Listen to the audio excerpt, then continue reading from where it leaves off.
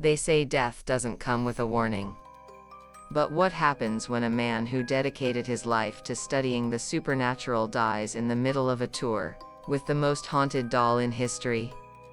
That's the chilling question surrounding the sudden passing of Dan Rivera, a respected paranormal investigator, Army veteran, father, husband, and one of the few people trusted to handle the infamous Annabelle doll. His death left a void in the paranormal world, but also sparked an online firestorm of rumors, speculation, and eerie coincidences that refused to die down. So what really happened? On July 13, 2025, Rivera was found unresponsive in his hotel room in Gettysburg, Pennsylvania. He was 54 years old. The timing couldn't have been more unsettling. Rivera wasn't just on vacation or traveling for business, he was in town for an Annabelle tour, moving the very doll that had terrified audiences through the Conjuring and Annabelle films. Authorities quickly stepped in. A police report labeled the death as natural, and days later, the Adams County coroner confirmed that Rivera died from cardiac complications. He had a known history of heart problems, and the findings lined up with his medical past. But even with an official explanation, the setting raised eyebrows. The coincidence of dying in the middle of a haunted doll tour was simply too eerie for many to ignore. Within hours, theories began to swirl online. To understand why this moment exploded the way it did, you have to know the history of the doll. Annabelle isn't just a movie prop, her story goes back to the early 1970s. According to the New England Society for Psychic Research, a mother purchased the doll from a hobby store for her daughter, Donna. Soon after, Donna and her roommate Angie noticed strange occurrences. The doll seemed to move on its own. Messages appeared on scraps of paper, written in childlike handwriting, pleading for help. A medium told them the spirit of a young girl named Annabelle was attached to the doll. But when famed demonologists Ed and Lorraine Warren investigated, they reached a darker conclusion. The doll wasn't haunted by a child at all. It was a vessel for something demonic. The Warrens took Annabelle into their care, locking her in a specially built glass case where she remains to this day. Over time, her legend inspired some of the most successful horror films of the century. And standing at the center of that history was Dan Rivera. For more than a decade, Rivera worked with the Warrens' organization, NESPR. He was the one trusted to transport Annabelle during public events, carefully moving her with gloves after undergoing prayers, confessions, and blessings. In one interview, Rivera described an unsettling experience after repairing Annabelle's case. As he moved her back into Ed Warren's original container, his body reacted violently. His leg shook uncontrollably. He broke into cold sweats. He said he had to leave the museum immediately because he had never felt anything like it before. That's why his sudden death during an Annabelle tour felt less like coincidence, and more like destiny to many watching from the outside. The Adams County coroner, Francis Dutro, was crystal clear. Mr. Rivera had a known history of cardiac issues, which were consistent with the findings, the statement read. It also emphasized two key details: Annabelle was not in the hotel room when Rivera died, and nothing unusual was observed at the scene. In other words, there was no paranormal activity, no demonic interference, no mystery. But that didn't stop the theories. Social media lit up with claims that Annabelle had claimed another life. Hashtags spread, conspiracy videos popped up, and thousands debated whether Rivera's lifelong connection to the doll sealed his fate. It was a textbook example of how quickly modern folklore spreads online. Even with facts on the table, mystery still has a louder voice. Within days, some of the biggest names in paranormal television weighed in. Jason Hawes, star of Ghost Hunters, took to Facebook to defend his late friend. "Recently the world lost a good man," he wrote.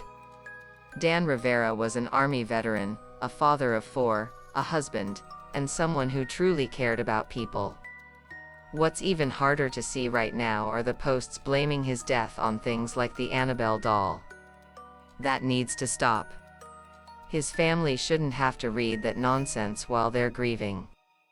Hawes called the rumors disgusting and begged people to remember Dan for who he was, not for conspiracy theories.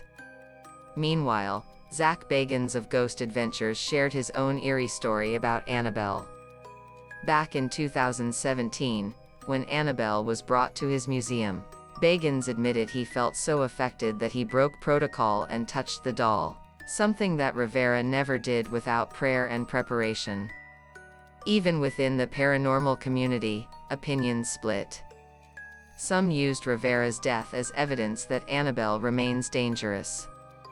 Others pushed back, insisting his passing was natural and should not be twisted into superstition. Lost in all the noise was the real Dan Rivera. He wasn't just the guy with the gloves moving Annabelle from one case to another. He was an Army veteran who served his country. He was a father of 4 and a husband. He loved working on classic cars, blasting classic rock and old-school hip-hop in the garage. He enjoyed camping, making people laugh with sarcasm, and lighting up every room with his smile. Yes, he had a passion for the paranormal.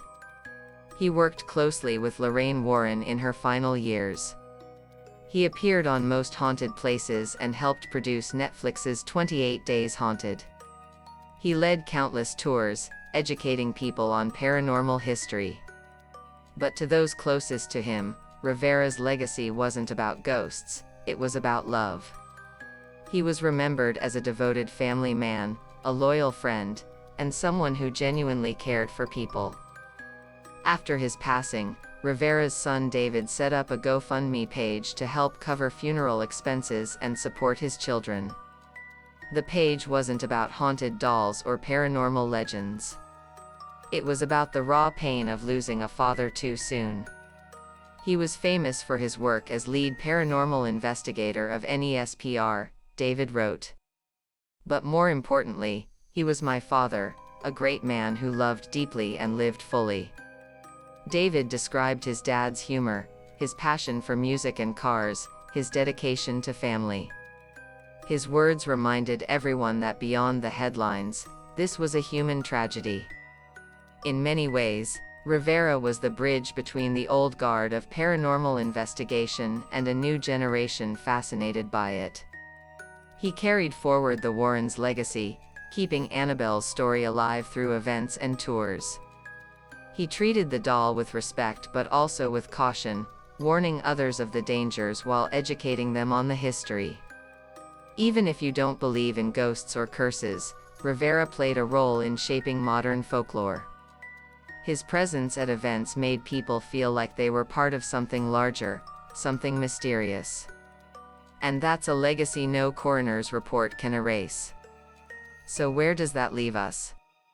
The official story is simple: Dan Rivera died of natural, cardiac-related causes.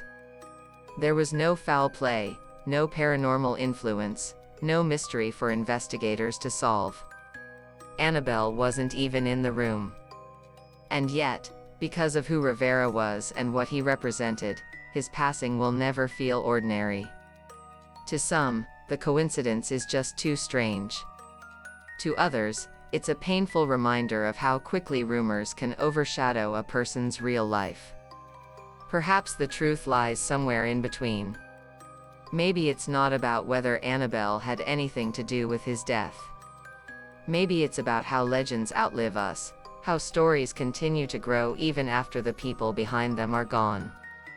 Dan Rivera will be remembered as a father, a husband, a veteran, and a paranormal investigator who treated his work with respect. But for as long as Annabelle's case remains locked in glass, whispers about his final days will always linger. Because sometimes, the scariest part of a ghost story is when real life feels just as haunted.